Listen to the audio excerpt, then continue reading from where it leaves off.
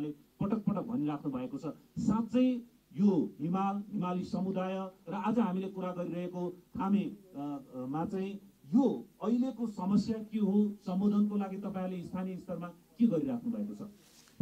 धन्यवाद विजय सर। यो अहिलेको जुन हामी जति पनि कुरा गरिरहेका छौँ, क्लाइमेट चेन्ज, ग्लोबल वार्मिङ, यो सबै कुराहरू गरिरहेका छौँ, यो भनेको विश्वव्यापी समस्या हो, यो ग्लोबल समस्या हो। तर यो विश्वव्यापी समस्या हुँदै पनि यो समस्याको कारण सबैभन्दा प्रभावित हामी हिमाली समुदाय, सबैभन्दा बढी चाहिँ हिमालमा बस्ने हिमाली समुदाय, हाम्रो यहाँको आदिवासी, हामीले यो कुराहरू फेस गरिरहेका छौँ। यसको प्रत्यक्ष प्रभाव हामीले परिरहेको छ। यसको ज्वलन्त उदाहरणको रूपमा हामी थामे घटना दिन सक्छौँ। थामे घटनाको कुरा गर्नुपर्दाखेरि साउनको महिना भनेको एकदमै यो ठाउँ शान्त रहने, एकदमै हरियाली, एकदमै छुट्टै खालको आनन्द थियो त्यो ठाउँ, त्यतिखेरको अवस्था, त्यतिखेरको चाहिँ फर्केर हेर्दाखेरि। तर एकाएक त्यो चाहिँ एकदमै त्रास, एक खालको त्रास, एक खालको चाहिँ डर, एक खालको चाहिँ त्यो खालको चाहिँ समस्या निम्त्याइ थियो। त्यतिखेर त्यो घटना भइसकेपछि तत्काल अब यहाँबाट उहाँहरूले अब आफ्नो ज्यान बचाउनको लागि उहाँहरू चाहिँ माथि सुरक्षित ठाउँतिर जानुभयो, त्यहाँको बालबालिकाहरूले चाहिँ त्यहाँ लानुभयो। त्यतिखेर 4 सेकेन्डको एउटा भिडियो क्लिप थियो। त्यो भिडियो क्लिपमा चाहिँ यहाँ बाढी आइरहेको, त्यतिखेर त्यो भेल उडिरहेको त्यो दृश्य छ। त्यो दृश्य हेर्दाखेरि एकदमै कारुणिक छ, एकदमै दर्दनाक छ त्यो दृश्य, होइन? त्यो दृश्यलाई नै हामीले त्यसपछि गाउँपालिकाको फेसबुक पेजमा राखेर चाहिँ यसै माथि थामेभन्दा माथि चाहिँ यसै हिमताल विस्फोट भएर आउँदैछ, तल्लो क्षेत्रमा चाहिँ सुरक्षित रहनु होला भनेर हामीले तत्काल सूचना प्रवाह गऱ्यौँ र त्यो अनुसार तल्लो क्षेत्रमा चाहिँ धेरै क्षति हुन पाएन। र अघि नै हाम्रो डाक्टर साहबले भन्नुभयो त्यो दिन दिउँसोको दिन भएकोले र हामी धेरै चाहिँ अब भगवानमा भरोसा गर्ने, होइन? त्यो चाहिँ सबै कुराले गर्दाखेरि हामीमा कहाँ त्यो मानवीय क्षति भएन।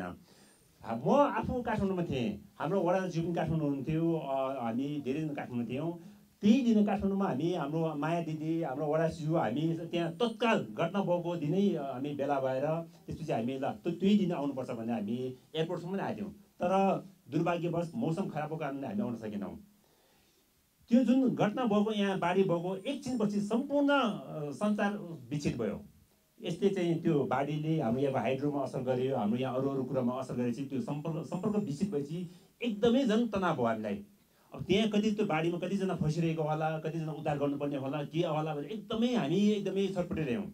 त्यसपछि मैले तत्कालै हाम्रो रक्षा मन्त्रीज्यूलाई फोन गरेर ल थामेमा यो खालको घटना भयो भनेर सबै घटनाको विस्तृत विवरण दिएर ल भोलि नै हामी जानुपर्छ भनेर मैले उहाँलाई रिक्वेस्ट गरेपछि उहाँले पनि भोलिपल्ट नै उहाँको नेतृत्वमा टिम आएर हामी सबै यो यहाँको चाहिँ अनुगमन गऱ्यौँ, सबै हेऱ्यौँ, हामीले तत्काल राहतको बन्दोबस्त गऱ्यौँ।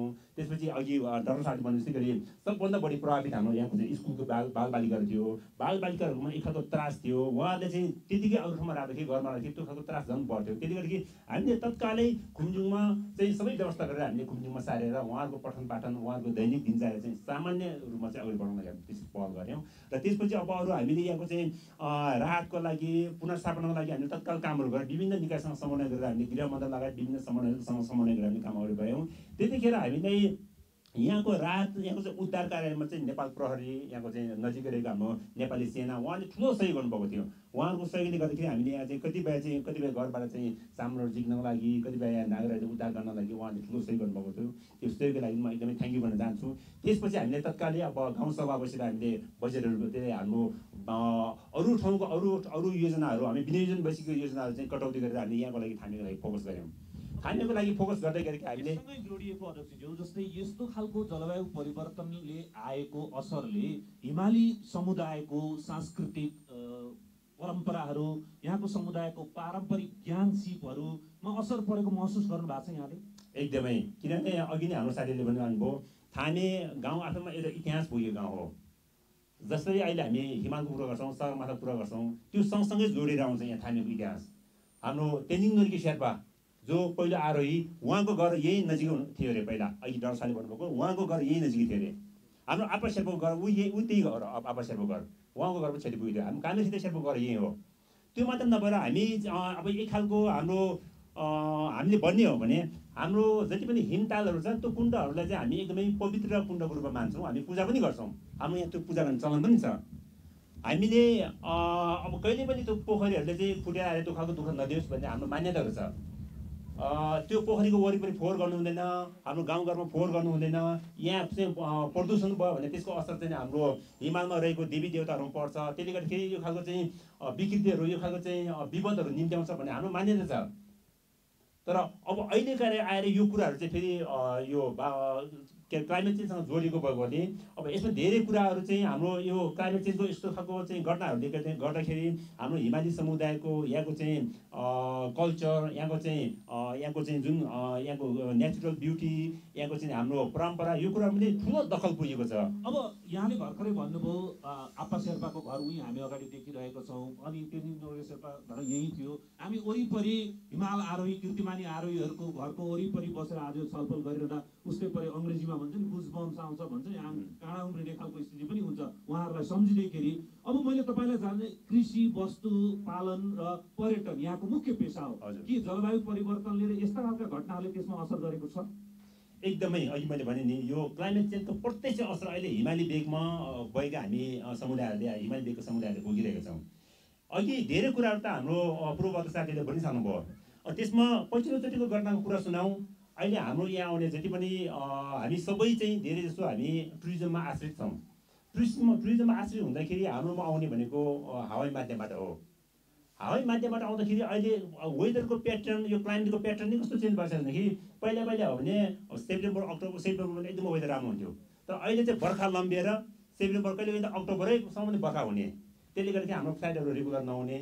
त्यसले गर्दाखेरि हाम्रो चाहिँ यहाँ आउने चाहिँ विदेशी जति पनि हाम्रो हाम्रो चाहिँ पर्यटकहरू उहाँहरू आउन नसक्ने त्यो समस्या छ। अब उहाँहरू नै तलबाट आउन नसकेपछि त यहाँ प्रत्यक्ष असर पर्ने भयो।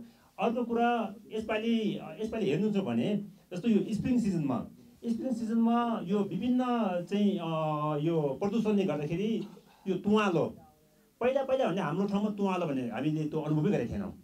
मलाई लाग्छ योभन्दा अगाडि हामीले तुवालो अनुभवै गरेका थियौँ। हामीले थाहा छ बादल अनि यो अरू कुरा थाहा छ, तर जुन तुवालो तराईमा लाग्छ, जुन तुवालो तल्लो भेगमा लाग्छ। तर यसपालि चाहिँ तुवालो हाम्रो दिङबुचेसम्म फैलिएको छ। तुवालो फैलिएको कारणले गर्दाखेरि त्यसले चाहिँ एकदमै एक खालको ताप बढाउने अनि एक खालको फेरि त्यो चाहिँ भिजिबिलिटी पनि एकदम कम हुने त्यो खालको समस्या छ। मौसमी चक्रमा पनि परिवर्तन आएको छ। पानी पर्ने, हिउँ पर्ने, तुवालो, यो नदेखेका चिज पनि एकदमै। अब अहिले यसको पछिल्लो उदाहरणको रूपमा जस्तो अहिले हाम्रो हिमालको पानी घटेको कारणले अब जति पनि विन्टरमा हिउँ पऱ्यो भने पो बल्ल त्यहाँबाट चाहिँ त्यो मेल्टिङ भएर पानी बग्ने हो। तर विन्टरमा हिउँ नपरेपछि अहिले यही नजिकको हाम्रो हाइड्रोको कुरो गर्नुहोस्, माइक्रो हाइड्रो कुरो गर्नुहोस्, खुम्बु बिजुली कम्पनीको कुरो गर्नुहोस्, त्यहाँ अहिले पानी कम भएर हाम्रो बनिस पावर जेनेरेट हुन सकेन।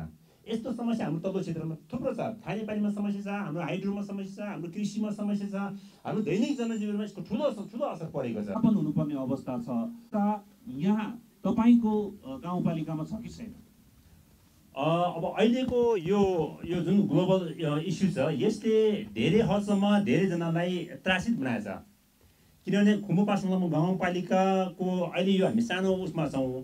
थामेको कुरा भन्दा थामेभन्दा माथि अझै पनि धेरै ग्लेसियर दिएको छ। यो कुनामा यता नागपाडाको कुरा भन्छ यो एरिया पनि छ। त्यसै गरी हाम्रो गोक्यो एरियामा टन्नै छ। त्यसै गरी हाम्रो एभरेस्ट बेस क्याम्प एरियामा समग्र यो खुम्बु पासाङलामु गाउँपालिकाको जुन माथिल्लो क्षेत्र छ सबै ठाउँमा चाहिँ त्यो खालको तारहरू छ। र अहिलेको जुन यो ग्लोबल वार्मिङको कारण पृथ्वीको तापमान तात्ने क्रममा चाहिँ त्यो ग्लेसियर लेभलको मेल्टिङ रेट यति धेरै छ। अस्ति थामेको गर्दा भएपछि हामीले सेटेलाइट इमेजबाट हेऱ्यौँ त्यो अस्तिको फुटेको तालको अवस्थाको बारेमा। त्यो ताल यति छिटो चाहिँ बढेको छ। 2 वर्ष अगाडि मात्र हामी यहाँबाट टासीलाप्चो क्रस गरेर छोरोल्पा निस्केर जाँदाखेरि त्यो तालको अवस्था त्यस्तो थिएन। तर यो बिचमा एकदमै बढेको छ। कारणले यहाँ विस्थापन बसाइसराई गर्न बाध्य हुनुभएको अवस्था। अब यही अवस्था यस्तै खालको खतराहरू रहिरहने, यसको जोखिम न्यूनीकरणको लागि हामीले केही कदम नचाल्ने, यसको चाहिँ अध्ययन अनुसन्धानमा हामीले केही काम नगर्ने भने यो खालको खतराहरू रहिरहन्छ। किनभने थामेकै पनि यो सानो पोखरी फुटेको यति क्षति गर्छ भन्ने कुरा कसैले आकलन गरेकै थिएन। यो जस्तो UNDP, इसिमोड भन्ने संस्थाहरूले जो वातावरणसँग सम्बन्धित जसले चाहिँ यो ग्लेसियर सम्बन्धी चाहिँ अध्ययन अनुसन्धान गर्छ उहाँहरूको लिस्टमा पनि यो कुराहरू थिएन। अब अहिले के सुनिराखेको छ, हामी आउँदा बाटोमा पनि देख्यौँ जस्तै माथिको ड्याम सिपेज भइराखेको छ, जमिनहरू घरहरू बनाएर त बस्नु भएको छ तर चिरा परिराखेको छ। अब फेरि माथिबाट जुन खोलाले बाढी निम्त्यायो त्यसले धार परिवर्तन गरेर फेरि गाउँ पस्ने हो कि भन्ने त्रास पनि छ। अब यो घुमेर होइन सिधै त्यो उताको खोलामा गएर जोडिने हो कि भन्ने त्रास पनि छ। यो जम्मै हुँदाखेरि हामी अब के चाहन्छौँ? यो गाउँलाई पुनर्स्थापनाको योजना चाहन्छौँ कि होइन यही ठाउँमा हुनुपर्छ, माथि चाहिँ केही गर्नुपर्छ भन्छौँ कि कसरी यहाँको कला संस्कृति र यो गाउँको सभ्यता नमासिने गरी हामी फेरि उठ्न सक्छौँ? हामीले सुरुको दिनदेखि नै भनेको कुरा त्यही हो। सुरुको दिनदेखि भनेको कुरा नै माथि रहेका थप हिमतालहरूको अवस्था के छ, त्यसमा अब त्यो फेरि त्यो ताल फुटेर अब फेरि यहाँ जोखिम हुन सक्ने अवस्था छ छैन, त्यसको अध्ययन गर्नु पर्यो। त्यसको बारेमा हाम्रो स्थानीयहरूलाई यहाँको जुन तल्लो तटीय क्षेत्र बस्नेहरूलाई चाहिँ स्पष्ट रूपमा चाहिँ सुसूचित गराइदिनु पर्यो भन्ने हामीले माग थियो। त्यसपछि गएर जति पनि अहिले बाढीले प्रभावित भनेर बाढीले क्षति गरेको यो बस्ती छ, यो बस्तीको पुनर्निर्माण गर्नु पर्यो। यहाँ चाहिँ क्षति भएको घरहरूको पुनर्निर्माण गर्नु पर्यो। यहाँको चाहिँ क्षति भएको स्कुलको पुनर्निर्माण गर्नु पर्यो। यहाँको अरू भौतिक संरचना छ, यहाँको हाम्रो हाइड्रो छ। त्यसै गरी यो मात्रै थामिएको मात्रै नभएर तल्लो तटीय क्षेत्रहरूमा पनि धेरै बस्तीहरू जोखिममा छ। हाम्रो अरू पूर्वाधारहरू क्षति भएको छन्, त्यो कुराहरू चाहिँ तत्काल गर्नु पर्यो भनेर भनेको छ हामीले। किनभने हामी स्थानीय सरकारले यो खालको चाहिँ विपदहरू बेहोर्दै गर्दाखेरि हामीले थामिएको बाढी प्रभावितलाई हामीले तुरन्त उहाँहरूले सुरक्षित ठाउँमा राख्ने, उहाँहरूको चाहिँ तत्काल बन्दोबस्त गर्ने कुरा छँदै थियो। त्यो सँगसँगै मैले सरले जोडिहालेँ। यहाँले एसेसमेन्ट गरिसक्नु भएको, यहाँले प्रतिवेदन तयार पारिसक्नु भएको, अथवा अहिलेको अवस्था के हो? यहाँ जोखिम कति छ, क्षति कति भयो? मैले त्यो अघिको कुरो कन्टिन्यू गर्न चाहेँ। त्यसपछि हामीले, किनभने हामी पर्यटकीय क्षेत्रमा भएकोले यो खालको घटनाहरूले चाहिँ पर्यटकीय क्षेत्रमा नकारात्मक सन्देश जान्छ भनेर हामीले तत्काल हाम्रो कुनै पनि ट्रेकिङ ट्रेलहरूलाई चाहिँ हामीले अवरोध हुन दिएनौँ। तत्काल हामीले स्थानीय सरकारबाट बजेट फन्डिङ गरेर हामीले तत्काल त्यो बाटोहरू सुधार गऱ्यौँ। अर्को कुरा, त्यतिखेर हामी साउनपछि भदौ असोजमा त हाम्रो ट्रेकिङ सिजन सुरु हुन्थ्यो। हाम्रो चाहिँ मोटरवे ब्रिज पुरो क्षति भएको थियो। त्यसले गर्दा हामी तत्काल त्यहाँ पनि हाम्रो खाद्यान्न सप्लाईको लागि भनेर हामीले तत्काल काम गऱ्यौँ। यो सबै कामहरू गऱ्यौँ। र अर्को कुरा, अब अघि अहिले तपाईँले जोड्नुभएको कुरामा अब अहिले चाहिँ हामीले खोजेको भनेको हाम्रो राष्ट्रिय विपद जोखिम न्यूनीकरण तथा व्यवस्थापन प्राधिकरण छ, NDRMA भन्छ। हामीले डे 1 देखि नै उहाँहरूसँग समन्वय गरेर यहाँको चाहिँ डिटेल रूपमा एकदमै विस्तृत रूपमा यहाँको चाहिँ अध्ययन गरिदिनुहोस्। घटना कसरी भयो, के कसरी भयो भन्ने कुरा त छुट्टै पाटो हो, तर अब यहाँको चाहिँ कसरी सुरक्षित बनाउन सकिन्छ, यहाँको चाहिँ असुरक्षित बस्तीले कसरी सुरक्षित ठाउँमा स्थानान्तरण गर्न सकिन्छ, यसमा केन्द्र सरकारले चाहिँ सपोर्ट गर्नु पर्यो। यसको चाहिँ अध्ययन रिपोर्टहरू फाइनल गर्नु पर्यो भने हामी सुरुको दिनदेखि ल्याएका छौँ। लगभग 9-10 महिना भइसक्यो। अहिलेसम्म त्यो रिपोर्ट NDRMA राष्ट्रिय जोखिम पुनर्निर्माण राष्ट्रिय जोखिम न्यूनीकरण तथा व्यवस्थापन प्राधिकरणले अहिलेसम्म दिन सकेको छैन। हाम्रो रक्षा मन्त्रीज्यू यही हुनुहुन्छ, हाम्रो वन मन्त्रीज्यू यही हुनुहुन्छ। म उहाँहरू मार्फत रिक्वेस्ट गर्न चाहन्छु। यही मन्त्रीज्यूसँगै म प्रश्न गर्न चाहन्छु।